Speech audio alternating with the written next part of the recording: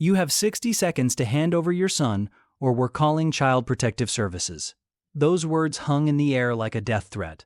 The two uniformed men standing on my driveway had no idea who they were threatening. They had no idea that the ordinary dad in front of them had spent a decade in the world's most elite fighting force. And they definitely had no idea that threatening my son was the worst mistake they'd ever make. But they were about to find out. Let me back up and tell you how this nightmare began. The summer heat shimmered off the asphalt as Jake Morrison pulled into his driveway in the Sunset Valley subdivision. His 7-year-old son, Ethan, bounced excitedly in the back seat, clutching a new soccer ball they'd just bought at the sporting goods store. "Dad, can we practice in the front yard?" Ethan asked, his eyes bright with anticipation. Jake smiled, reaching back to ruffle his son's hair. "You bet, buddy. Let me grab us some water first." After 12 years as a Navy SEAL, Jake had recently transitioned to civilian life. The quiet neighborhood with its manicured lawns and friendly faces had seemed like the perfect place to raise Ethan as a single father. His ex-wife had left when Ethan was just 2, unable to handle the constant deployments and uncertainty of military life. As Ethan kicked the ball across the grass, Jake noticed a white sedan with tinted windows creeping down their street. It slowed as it passed their house, and Jake's trained instincts immediately went on alert. The car parked 3 houses down, but nobody got out. "Dad, watch this!" Ethan called out, attempting a trick shot that sent the ball rolling into the neighbor's flower bed. "Nice try, champ," Jake laughed, helping his son retrieve it. That's when he heard the car doors slam. 2 men in navy blue uniforms approached his property. They wore badges that read, "HO-A Security Enforcement," and carried themselves with an exaggerated authority that immediately set Jake on edge. The taller one, a man with a shaved head and a scar across his cheek, spoke first.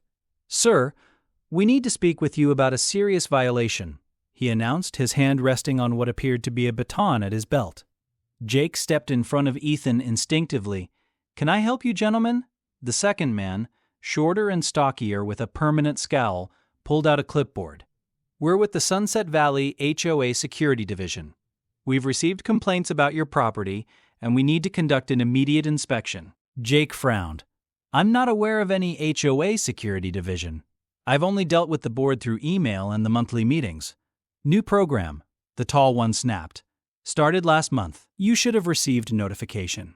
"I didn't receive anything," Jake replied calmly, though his mind was racing through everything he'd learned about de-escalation and threat assessment. "And I'm not comfortable with an inspection without proper documentation." The shorter man stepped closer, his voice taking on a menacing tone. "We don't need your permission, sir. HOA bylaws give us authority to enter properties for code enforcement. We can do this the easy way or the hard way." Ethan pressed against his father's leg, and Jake could feel his son trembling. That protective instinct, the same one that had driven him through the most dangerous missions in hostile territories, ignited like a furnace. "My son's here," Jake said quietly, his voice dropping to that level tone that his SEAL team had learned meant serious business. "Whatever this is about, we can discuss it civilly, but you're not setting foot on my property without proper authorization from the HOA board." The tall man's eyes narrowed. "Are you refusing to comply with HOA regulations?" "I'm asking for identification and documentation," Jay countered. "Real badges, real credentials, real paperwork." The shorter one smirked and pulled out his phone. "Fine. We'll call the real authorities then. Your son can explain to Child Protective Services why his father is creating a hostile environment." Jake felt his blood run cold. "Excuse me, we've had reports," the tall one added, clearly reading from a script, "of a child being subjected to dangerous conditions, unsupervised outdoor activities, exposure to potentially harmful equipment, unstable home environment." "That's absurd," Jake said, but his mind was already connecting dots. This wasn't about HOA violations. This was something else entirely. "Ethan, go inside and call Mrs. Henderson next door," Jake instructed his son calmly. "Tell her to come over." "Don't move, kid," the shorter man barked, stepping forward. That was a mistake. In one fluid motion, Jake positioned himself completely between the men and his son, his body language shifting from civilian dad to trained operator. "You do not address my son. You do not approach my son. And you sure as hell don't give him orders." The tension in the air became electric. The tall man reached for his belt, but Jake had already assessed that neither was armed with anything more dangerous than a retractable baton, theatrical intimidation tools. "Ethan, inside!" "Now," Jake said without taking his eyes off the two men. "Lock the door." Ethan scrambled toward the house. "You're making this worse for yourself," the shorter man threatened. "We can have you arrested for obstruction." "Really?" Jake pulled out his phone. "Then, let's call the police together. I'm sure they'd be very interested in two men impersonating security officers, trespassing on private property, and threatening a child." The tall man's confidence wavered for just a second, but he recovered quickly.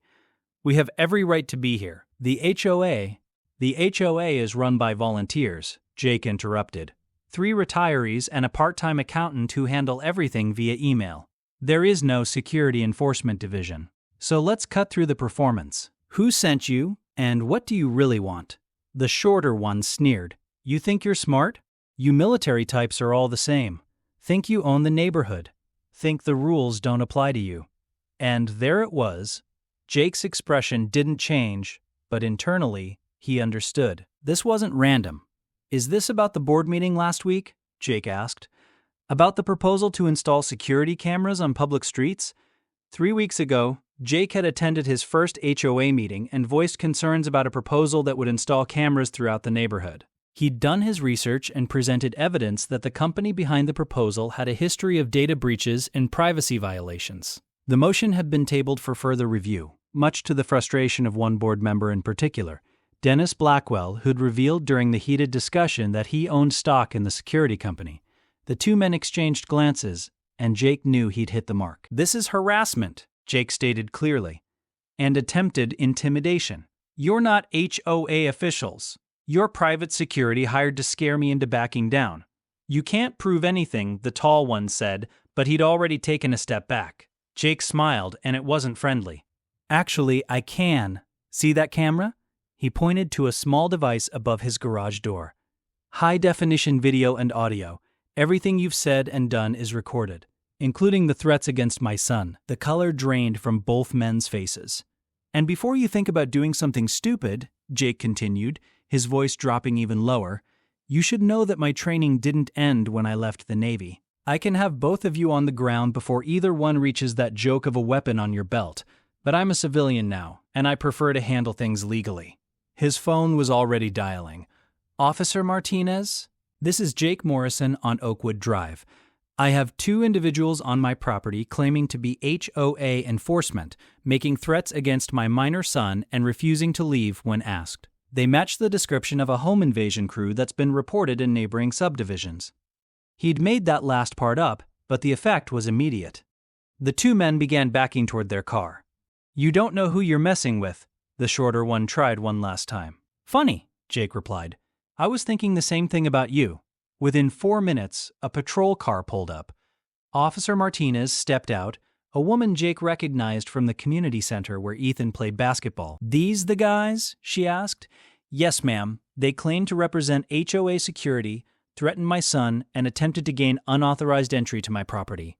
The 2 fake officers were stammering explanations, but Officer Martinez wasn't interested. "IDs, please." As she ran their information, Jake watched the tall one nervously checking his phone.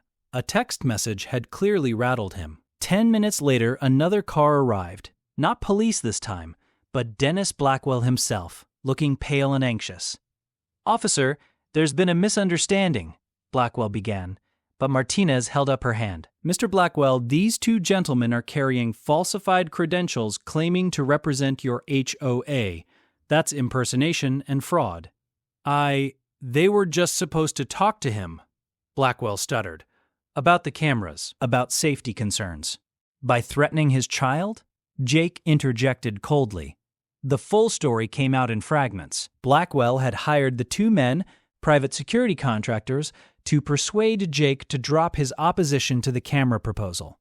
He'd told them to be firm and assertive, to use the HOA as authority. The contractors had taken it further, improvising threats they thought would work. Officer Martinez was not amused.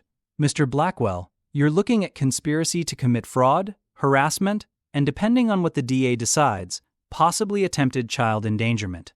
As the 2 fake officers were placed in the patrol car, Jake stood with his arm around Ethan, who'd emerged from the house with Mrs. Henderson. "Dad, you were so cool," Ethan whispered. Jake hugged his son close. "Remember what I always tell you, buddy? Stay calm, think clearly, and never back down when you're protecting what matters." Ethan recited. Exactly. Blackwell was escorted to a separate vehicle, his political career in the subdivision effectively over. As the cars pulled away, neighbors emerged from their houses, drawn by the commotion. Mrs. Henderson shook her head. "I knew something was off about that camera proposal.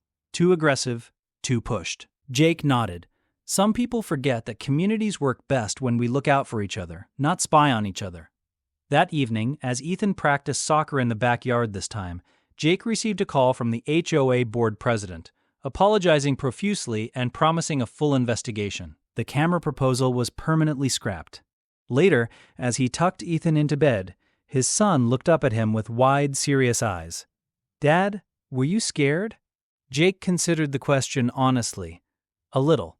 Not of those men, but of the idea that someone would try to use fear and intimidation in our own neighborhood. "But that's exactly why we don't let bullies win, Ethan. Sometimes the strongest thing you can do is stand your ground and do what's right. Even when it's hard, especially when it's hard." Ethan smiled sleepily. "I want to be brave like you when I grow up." Jake kissed his son's forehead. "You already are, champ." Outside, the neighborhood settled into its quiet evening routine. The fake enforcers had crawled away, their intimidation tactics exposed and ineffective. Dennis Blackwell faced serious legal consequences for his scheme. And Jake Morrison, Navy SEAL turned protective father, had defended his home and his son without throwing a single punch, proving that the greatest strength isn't in combat, but in standing firm for what matters most. The Sunset Valley subdivision learned an important lesson that day. You don't mess with a father protecting his child, especially when that father knows exactly how to turn your threats into your own undoing. And somewhere in a police station downtown, two fake security officers were explaining to their lawyer exactly how badly they'd miscalculated when they tried to intimidate a trained Navy SEAL on his own property. They wouldn't make that mistake again. The next morning, Jake woke up to find his front yard filled with supportive neighbors. They brought coffee, donuts, and handshakes. Mrs. Henderson organized a petition to remove Dennis Blackwell from the HOA board permanently. Within a week, the entire community had rallied behind Jake.